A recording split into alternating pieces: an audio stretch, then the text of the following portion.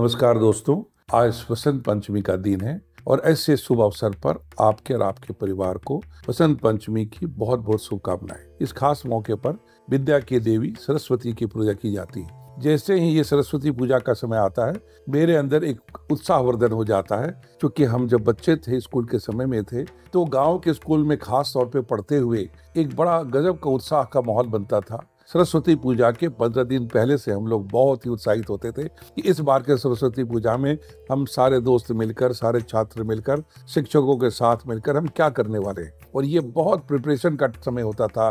संगीत की तैयारी, खेल कूद की तैयारी, पूजा कैसा होगा, ये सारी तैयारी जो है बहुत धूमधाम से बनाई जाती थी। आज भी मेरी स्मृति में वो सारी यादगार के रूप में ताजा हो जाते हैं। और चूंकि मैं मूलतः सरस्वती का उपासक हूँ, आज भी पठन पाठन में लगा रहता हूँ, तो ऐसे समय पे आज इस वीडियो को बनाते हुए आप सबों के लिए, खुद के लिए मैं काफी ही गर्वान्वित महसूस कर रहा हूँ कि मैं माँ सरस्वती को डेडिकेट करते हुए बसंत पंचमी के अवसर पर यह वीडियो आप सबके लिए अर्पित करता हूँ। बसंत पंचमी की चर्चा हमें सबसे पहले ऋग्वेद, यजुर्वेद और पुराणों में मिलते हैं। इस पर्व को विशेष तौर पे विद्या, ज्ञान और आत्मिक जागरूकता के रूप में शुरू से मनाया जाता है। कहा जाता है कि इसी दिन ब्रह्मा ने अपनी सृष्टि में ज्ञान और चेतना का संचार किया था और उसी दिन जो है माँ सरस्वती की उत्पत्ति हुई, एक विद्या की देवी के रूप में। इसलिए इस दिन को माँ सरस्वती की उत्पत्ति के रूप में पारंपरिक रूप से तब से लेकर आज तक मनाया जाता है। महाभारत में इसकी विशेष तौर पे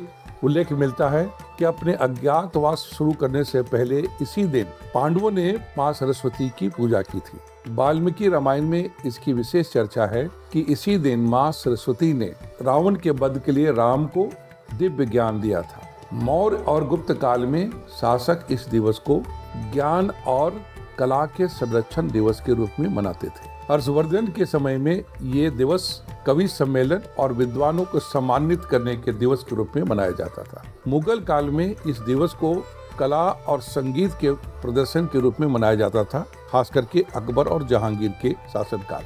यहाँ एक समझने की बात है कि माँ सरस्वती की उपासना सिर्फ विद्यार्थियों के लिए नहीं, सिर्फ परीक्षा पास करने के लिए नहीं, किसी एग्जामिनेशन को क्लियर करने के लिए नहीं, बल्कि अपने जीवन को सफल बनाने के लिए बहुत ही आवश्यक है। एक लगातार लर्निंग की जो प्रेरणा होती है, वो जीवन में बहुत आगे इंसान को ले जाता है। हम सभी को कभी भी सीखना बंद नहीं करना चाहिए। ये प्रतिज्ञा करना चाहिए कि हम कंटिन्यूअस लर्निंग करते रहेंगे, सकारात्मक विचार रखेंगे और हमेशा अपने लक्ष्य की ओर बढ़ते रहेंगे। इसके साथ ही आप सबों को एक बार फिर से बसंत पंचमी की बहुत बहुत शुभकामनाएं। जय माँ सरस्वती, जय हिंद।